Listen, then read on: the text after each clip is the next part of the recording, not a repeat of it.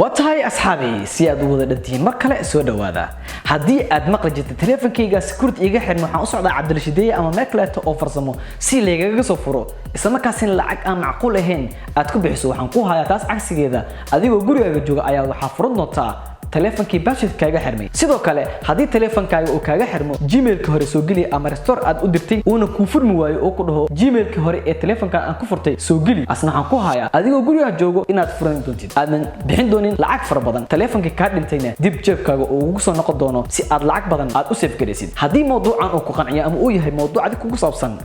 fadlan subscribe sar hadii aad ku cusubtahay channelka si ay ku soo gaaraan waxyaabaha dambane furo calaamada gambaleelka aad ayaad u mahadsantahay wata aqyaari سأوجدين تليفونك حرنا واكنا مركو ورس مهمة waxay tahay telefoonka in aad gelisid sim card hadii oo telefoonka sim card lahayn barnaamijkan aan isticmaalayo sidaan u furaayo ma ku saamixi doonto sim card waxa muhiim ah inuu yahay sim card shaqeynayo in la soo wici karo message lagu soo diri karo hadii intaas oo shaqeynayo waxa kale oo muhiim ah in uu leeyahay internet hadii uusan internet lahayn dib ma lahan waxaad ku xiran kartaa wireless guriga kugu xiran ama teleefankaaga ayaad uga xiriiri kartaa wireless marka ugu horeyso waxaan gelin doonaa sim cardka soo jeedin sim cardki waa soo geliyay wajiga labaad aan sameyn doono waxa ay tahay waxaan dooran doonaa luqadaha qalaad midkii aad ku hadashid ama midkii ku fududba aad ku fahmi doontid kadibna English ayaan doortay luqadda kadibna waxaan leeyahay start ayaan leeyahay soo jeedid wuxuu dhihi doonaa wireless ku soo xiray uu leeyahay kadibna waxaan u furi doonaa wirelesska mobilkayga hadda waxaan u furay wirelesskiga telefoonka inta ayuu ka soo bixi doonaa kadibna automatic ayuu isku xiri doonaa maadaama hore aan ugu xiray obtain ayuu dhahay kadibna connected ayuu soo dhahay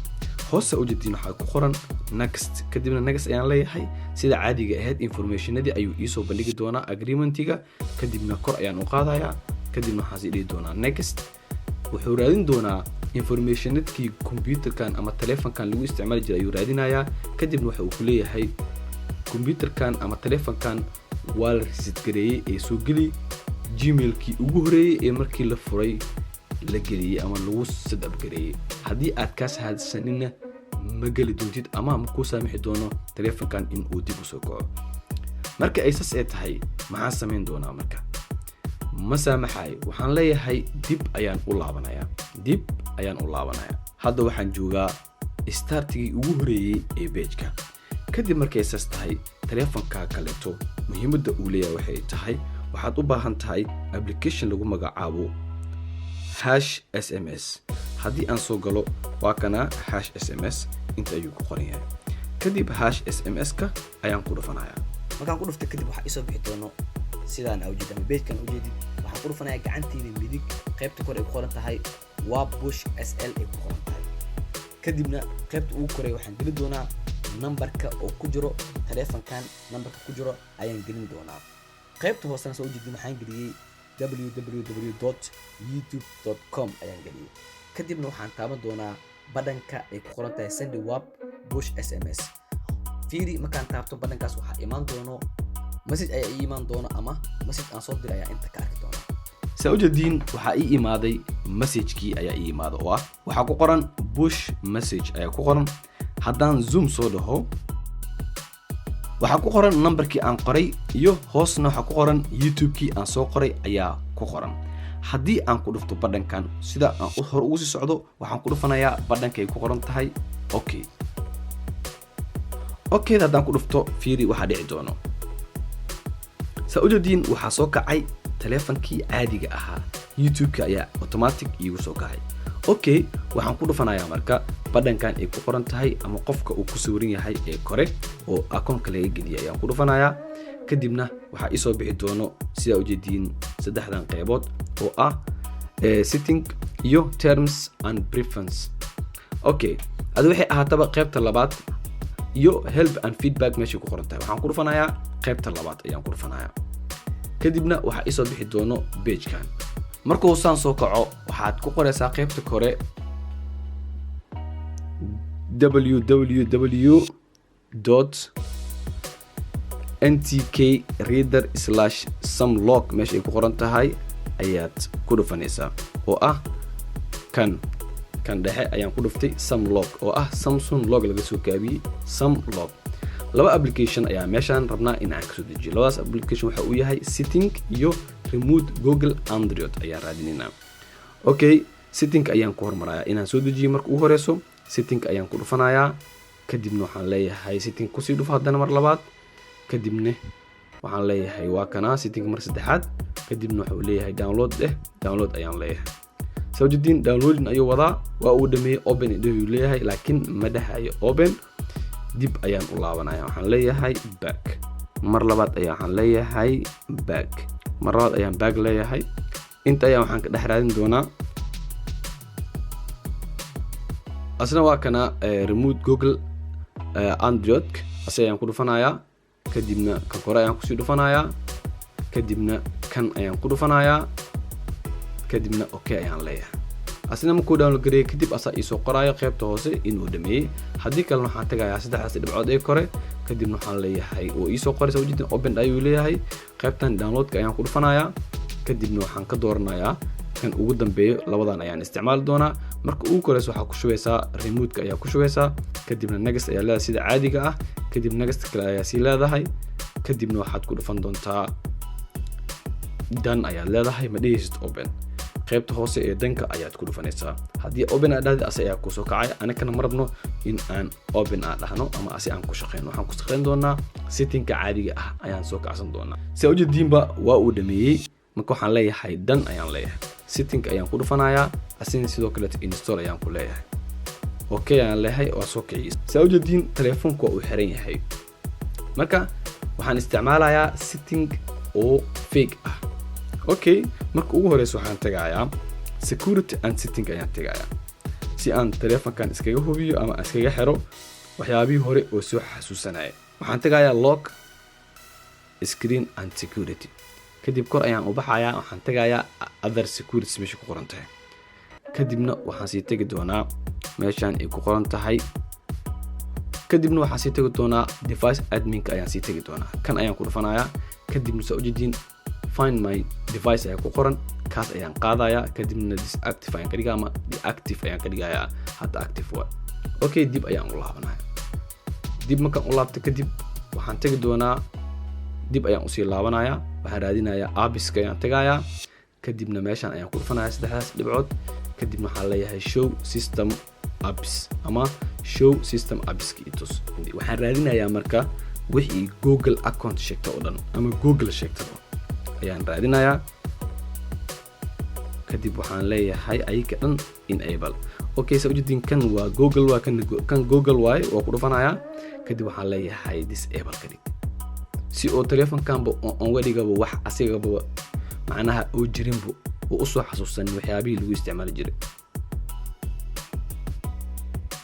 okay, gmail-ka ayaan ku dhufanayaa, asigana waxaan leeyahay disable. waxaan ku dhufanayaa Google-ka disable. wixii Google sheegto oo dhan Google backup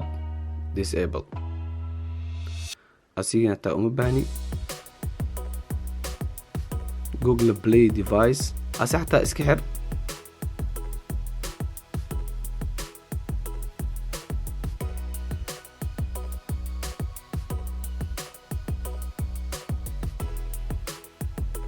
marka inta joogto waxaad gelinaysaa, waxaad tagaysaa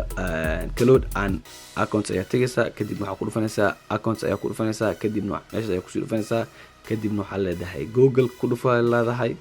kadibna Google-kaaga ayuu ku keenayaa, kadibna waxaad gelinaysaa Gmail-kaaga.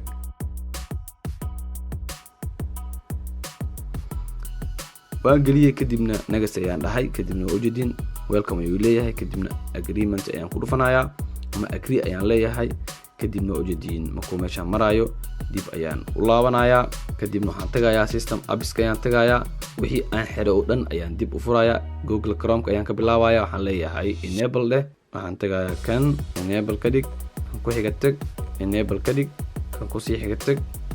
enable ka dhig, kan ku sii xiga tag enable ka dhig. okay, hadda wax dhan waxa waaye telefoonkii waxa uu noqday telefoon la isticmaali karo. sidee ku isticmaali karaa marka kadib waxaan leeyahay waa riixayaa restart ayaan u dirayaa waxaan leeyahay restart ama power off aan dhahayaa restart dheh sawjidin waa uu soo kacaya kadibna hore ayaan ka isticmaalaynaa next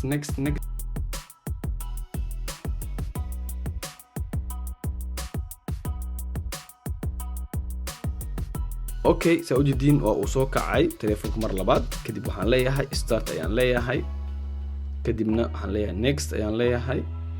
kadibna inta ayaan kusii dhufanayaa next ayaan leeyahay waxaan gelinayaa marka gmailka caadiga ahaa hadda telefoonku waa qiyaanay waxaan ku qiyaanay waan ka soo xirnay ciwaan kale taan qasab ku barnay hadda keygi loo yaqaanaa kii hadda ugu dambeeyay aan gelinayay asi ayaa mar labaad gelinayaa automatic ayuuna u soo kici doonaa asoo waxba i weydiinin gmail kaleeto ama kii ugu horeeyay aan isticmaalay no backup just a second kadibna waxaan leeyahay no kadibna waxaan leeyahay skip anyway kadibna waxaan leeyahay next kadibna waxaan leeyahay accept just a second kadibna waxaan leeyahay okay updating ayuu wadaa soo jeedid waxaan ma rabo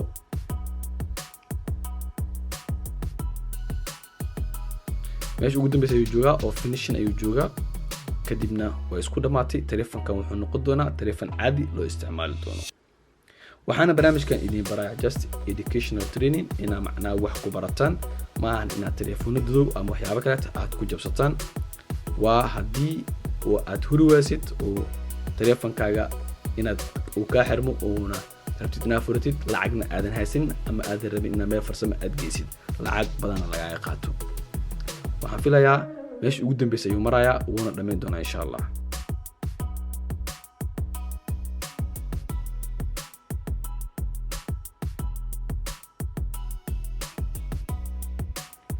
sawjidin waa soo gudbiyay kadibna sign in iyo xasiyuu leeyahay uma baahni waxaan leeyahay skip leh kadibna waxaan leeyahay skip sii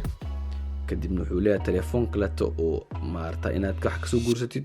maraba ayaan leeyahay waxaan leeyahay don't show me again ama don't restore kadibna waxaan leeyahay finish sawjidin telefoonkan done ayuu yiri all done kadibna sawjidin waa uu soo kacay telefoonka telefoonkan wuxuu noqon doonaa telefoon had kadib la isticmaali doono sawjidin wax dhan waa ay shaqeynayaan marka waxaad ka remove gareysaa labada application oo ahaa labada settingkii iyo telefoonka remote accountiga ama remote google aan ku soo dejinay ayaad ka tirtireysaa kadibna update-kaas xagga wado waa uu joojin doonaa